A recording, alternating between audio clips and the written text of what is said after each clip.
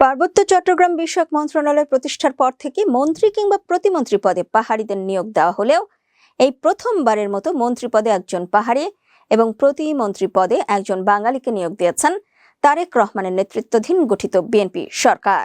এই মন্ত্রণালয়ের প্রতিমন্ত্রী হিসেবে যিনি দায়িত্ব পেয়েছেন তিনি এবারের নির্বাচনে চট্টগ্রাম ৫ আসন থেকে নির্বাচিত সংসদ সদস্য ব্যারিস্টার মীর মোহাম্মদ হেলাল উদ্দিন। আলহামদুলিল্লাহ, আসলে আমরা যারা রাজনীতি করি আমাদের সবসময় শুরু থেকেই একজন কর্মী হিসেবে আকাঙ্ক্ষা থাকে রাজনীতিবিদ হিসেবে নিজের কতটুকু। আমি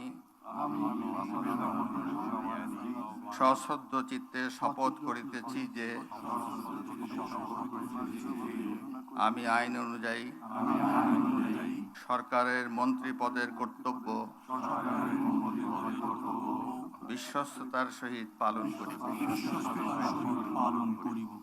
পার্বত্য মন্ত্রণালয়ের ইতিহাসে প্রথমবারের মতো বাঙালি হিসেবে প্রতিমন্ত্রীর দায়িত্ব পেয়েছেন তিনি। আর এই মন্ত্রণালয়ের মন্ত্রী পদে নিয়োগ পেয়েছেন রাঙ্গামাটি আসন থেকে নির্বাচিত জনপ্রিয় বিএনপি নেতা অ্যাডভোকেট দীপেন দেওয়ান। 17 ফেব্রুয়ারি মঙ্গলবার জাতীয় সংসদ ভবনের দক্ষিণ প্লাজায় প্রতিমন্ত্রী হিসেবে শপথ নেন তিনি। পার্বত্য চট্টগ্রাম বিষয়ক মন্ত্রণালয়ের মন্ত্রী এবং প্রতিমন্ত্রী পেয়ে আনন্দিত পার্বত্যবাসী। তারা মনে করছেন তারেক রহমানের নেতৃত্বাধীন এই বিএনপি সরকারের পার্বত্য মন্ত্রণালয়ের নতুন নেতৃত্ব এই অঞ্চলের দীর্ঘ সমস্যা সমাধানে আশু সফল হবে এবং পার্বত্য চট্টগ্রাম মন্ত্রণালয় প্রতিষ্ঠার মূল লক্ষ্য বাস্তবায়নে তারা দৃষ্টান্ত স্থাপন করবেন।